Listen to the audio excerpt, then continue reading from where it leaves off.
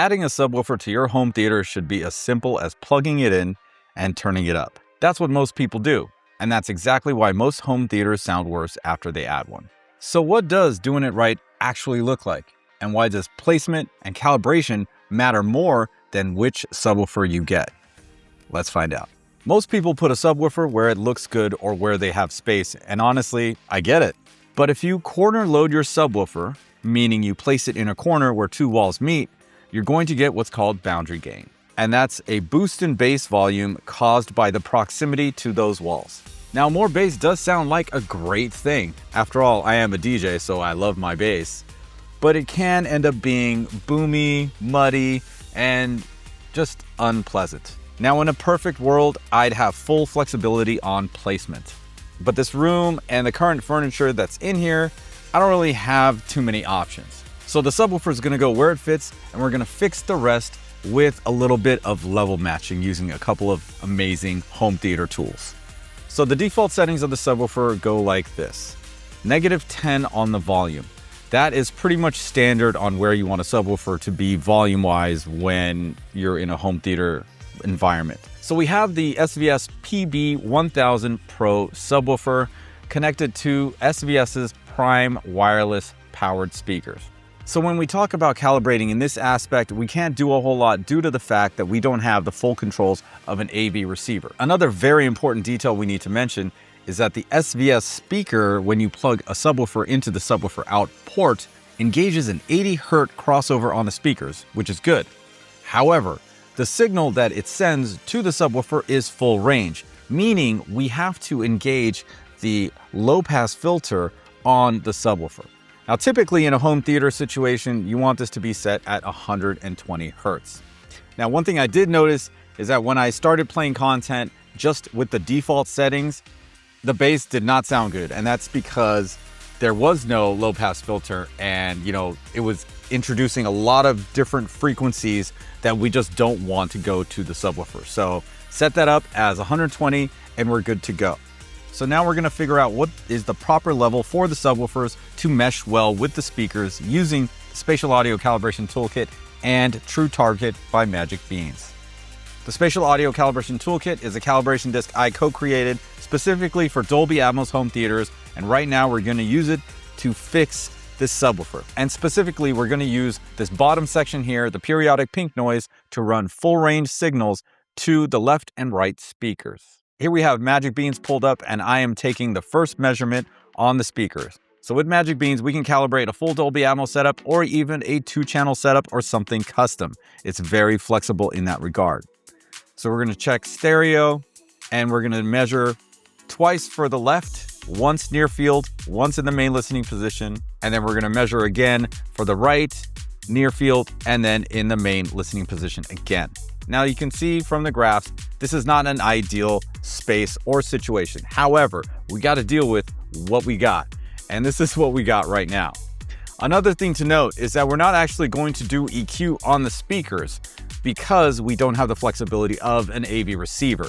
We are literally doing this just so that we can go into the post-calibration subwoofer alignment. This is the post-EQ subwoofer alignment view, and what's happening is that I'm changing the volume of the subwoofer on the subwoofer app to get the two lines to meet up at that 50 Hertz level to where we get an indicator from the app that the 50 Hertz location is aligned. Now going through and doing this, it looks like -18 is just a little too far down and -15 is a little too far up. However, -16 and -17 are kind of right in that zone. And there it is. That's the alignment. That's what we're looking for. So we started with -10, no low pass filter. We turned on the low pass filter to 120 Hertz and we lowered the volume of the subwoofer to get it to where they line up with the speakers. Quick note, both of these tools are on sale right now. 20% off the Spatial Audio Calibration Toolkit and $100 off True Target. Use the code LUCKY2026. Links are down in the description to the respective websites. The sale ends Sunday night, so don't sleep on it.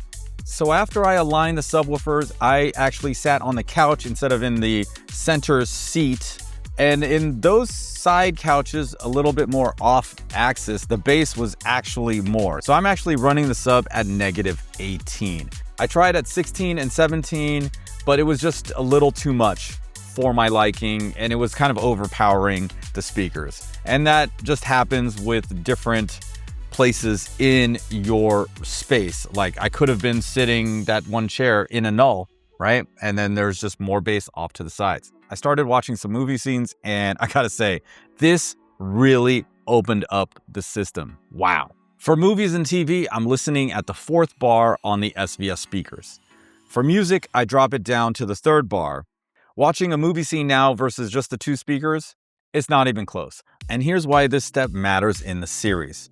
Well, we had the TV and we added the 2 speakers to get a wider sound stage. Now we've got the subwoofer to fill in the low end. It's all balanced. And what we have now with the 2 speakers and the 1 sub is a system that blows the pants off of any soundbar. Yes, at $899 for the powered speakers and $849 for the subwoofer, this isn't cheap. However, we don't have an AV receiver, we don't have an amplifier, we don't have a complicated setup, but we do have HDMI CEC that's working properly for all of the devices, so it's one remote control to handle everything.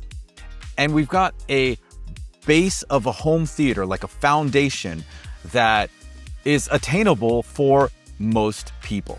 Now, there is one thing that I don't like about this setup, and that's the fact that all the cables have to go to the back of one speaker, which means you have 4 cables that are kind of in sight. And if you want to run some cable management, you can do that for 3 of the 4 cables, but there is that one cable from SVS that, depending on how far, you're setting up the left speaker, it can be an issue. That thing's probably going to be seen unless you have a giant TV to where it just, covers that. So to recap, placement matters, but it's not always in your control. What is in your control is the ability to calibrate. And since we don't have the full capabilities of an AV receiver, we were able to level match the subwoofer to the speakers to get a cohesive sound. Now I went from -10 dB default to -18, and that's not a small adjustment. That's the difference between a setup that sounds good and one that doesn't.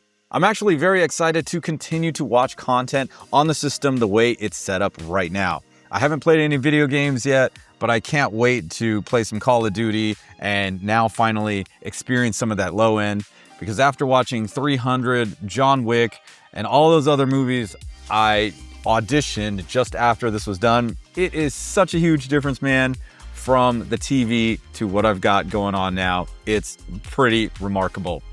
Now, I've got links to everything down in the description, so definitely check those out. And we've got more coming as the project continues. Don't forget to like and subscribe, and don't forget to look at the other episodes in the series. You might actually get some inspiration.